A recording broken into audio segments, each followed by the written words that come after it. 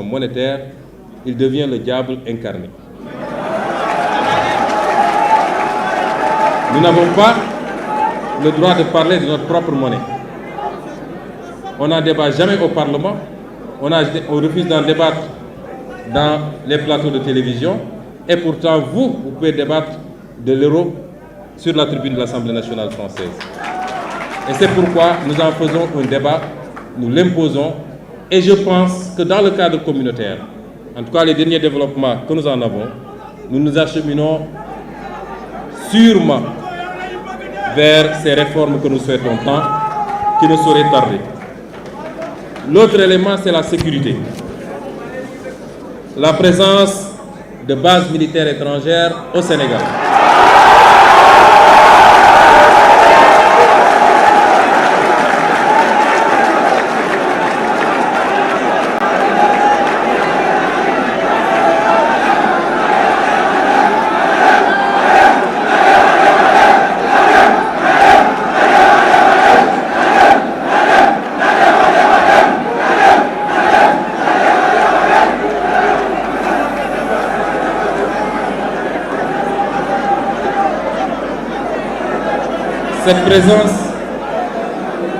Cette présence de bases militaires suscite des interrogations légitimes, plus de 60 ans après nos indépendances.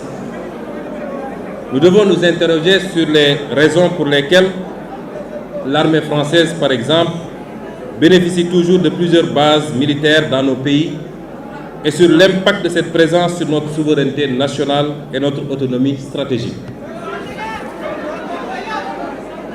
L'histoire récente, j'aime bien prendre des exemples sur la France elle-même. L'histoire récente de la France est très riche en anecdotes intéressantes sur la problématique et les enjeux de la question sécuritaire. Entre 1956 et 1958, vous êtes historien, je ne le suis pas, je peux me tromper sur les dates et même sur les faits.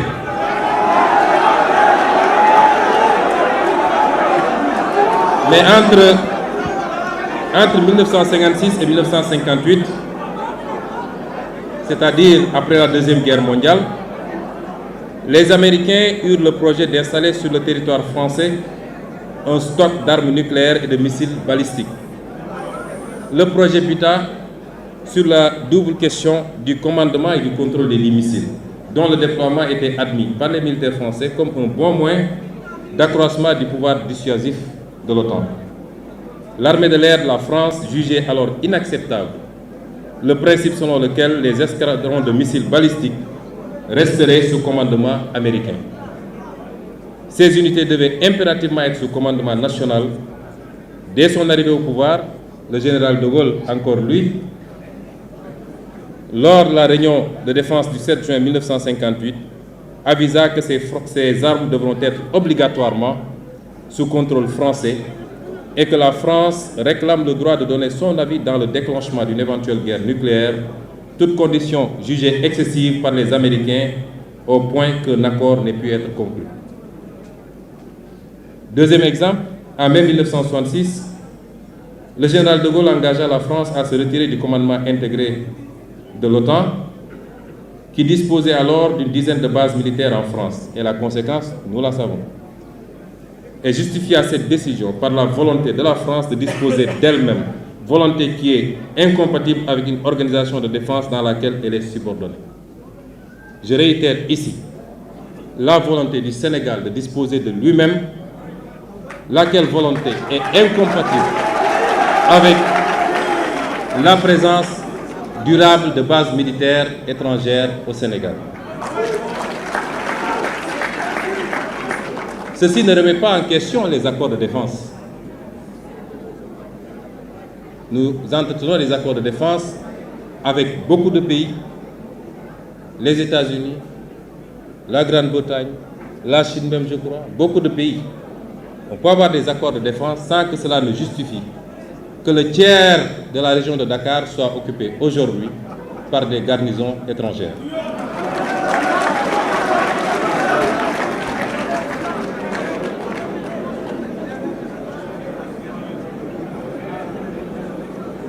Le quatrième point, c'est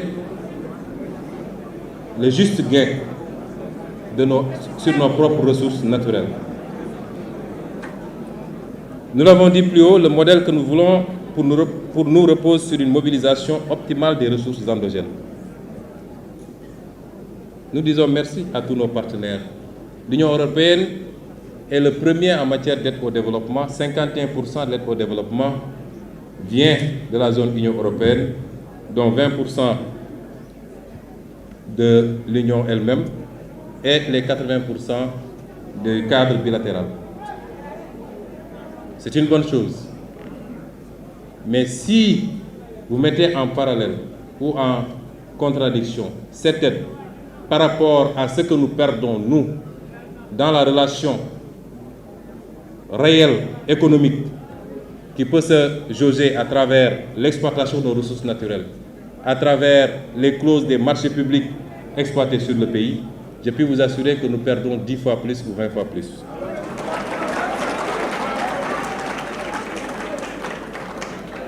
Et c'est pourquoi nos partenaires doivent comprendre que c'est là la seule issue à la délicate et teigneuse question du chômage de masse. C'est que nos pays s'organisent, en plus de la mobilisation des ressources fiscales et des droits de port, en plus de la question monétaire qui doit nous permettre de pouvoir avoir une monnaie adaptée à nos réalités économiques, en plus du travail qu'il faut faire sur la réduction du train de vie de l'État et la lutte contre la corruption qui nous fait perdre énormément, c'est aussi la renégociation de toutes les conventions qui ont été signées de manière léonine et qui aujourd'hui, aussi bien au niveau des clauses juridiques, des clauses financières que des clauses techniques, sont au détriment de notre peuple. Je peux dire ici, et vous ne le saviez pas, on nous a promis que le gaz commencera à être exploité cette année. Vous connaissez l'impact que peut avoir cette richesse sur un peuple. Vous allez dans des pays comme le Qatar qui, 30 ou 40 ans en arrière, on n'y enregistrait que des tentes dans le désert. Vous voyez ce que c'est devenu avec une bonne utilisation de leur gaz naturel. Mais si nous ne prenons pas nos responsabilités, je peux assurer les Sénégalais que dans les 15 ou 20 ans à venir, le Sénégal ne gagnera pas un copec de son gaz. Et c'est inadmissible. Et c'est pourquoi nos partenaires, s'ils sont vraiment des partenaires, doivent encourager, accompagner ce processus de rééquilibrage du gain que chacun doit avoir dans la gestion de ces ressources naturelles. Oui, nous acceptons qu'un investisseur qui a pris des risques, qui a investi, doit gagner et avoir un retour sur investissement. Mais non, nous n'acceptons pas qu'il gagne tout et que nous ne gagnons presque rien. Ça, ce n'est plus l'Afrique de 2021.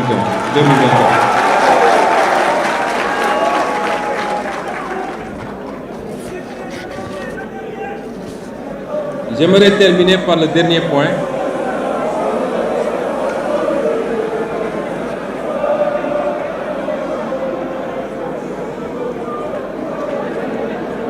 J'aimerais terminer par le dernier point.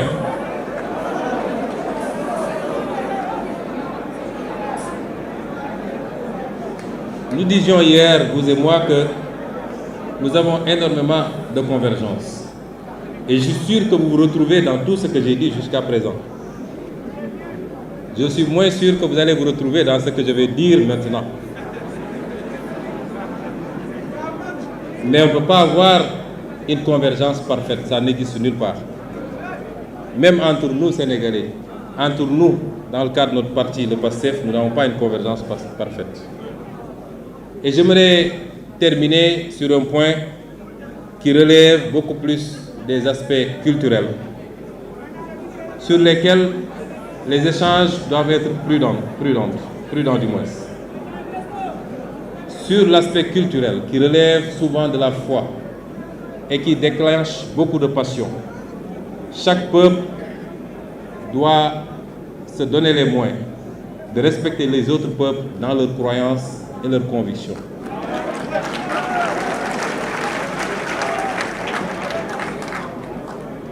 Et vous avez dit tantôt également, je l'ai noté, que la crise de l'humanité ne peut se résoudre que par le contrôle des citoyens sur leur société. Il n'y a pas une seule société humaine. Il peut y avoir un certain nombre de valeurs universelles, mais il y a des spécificités qu'il faut reconnaître, connaître, comprendre et accepter. Et donc, la question liée aux mœurs, la question liée à ce qu'il est convenu d'appeler les LGBTQ,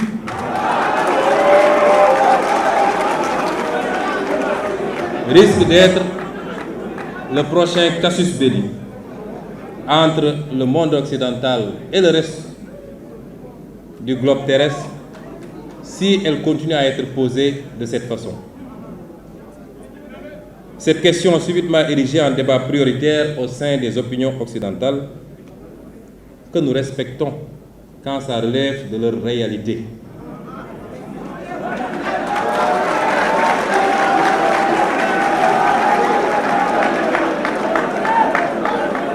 Et cette question corrélée à celle des nouveaux droits tels que ceux liés au genre cristallise énormément de passion et d'incompréhension tant elle met face à face des cultures, des civilisations et des systèmes politiques à la vision diamétralement opposée sur la question. D'aucuns même lient l'exacerbation de ce qui est perçu comme un sentiment anti-occidental dans beaucoup de parties du monde, non pas aux divergences politiques ou économiques, mais plus à une certaine propension de ce dernier à essayer d'imposer sa vision et ses pratiques sur des aspects qui relèvent de réalités sociales et sociologiques ancrées et donc du dogme et de la passion. Le Sénégal est un pays optionnellement et fondamentalement laïque, non pas dans le sens d'un État athée, mais plutôt d'un État équidistant et respectueux de tous les cultes, et d'une tolérance sociale, religieuse, ethnique et raciale universellement saluée et donnée en exemple. Rien ni personne ne remettra en cause ce modèle séculaire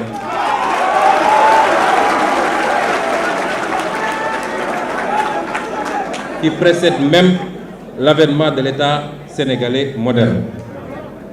Cependant, même si nous partageons une ossature universelle de la laïcité, chaque société l'adapte à son contexte et à ses réalités socioculturelles. Celle du Sénégal, je viens de le rappeler, n'est pas faite de séparation rigide de l'État et de la religion, mais d'une complémentarité contenue faisant de l'État un acteur assumé du fait religieux qu'il encadre et finance même, et des religieux, des régulateurs sociaux indispensables à l'apaisement et à la stabilisation de la vie politique et sociale. Ceci est rendu possible et même indispensable par la texture socioculturelle du peuple sénégalais, au sein duquel le spirituel occupe une place importante, chrétiens, musulmans ou adeptes des religions traditionnelles confondues.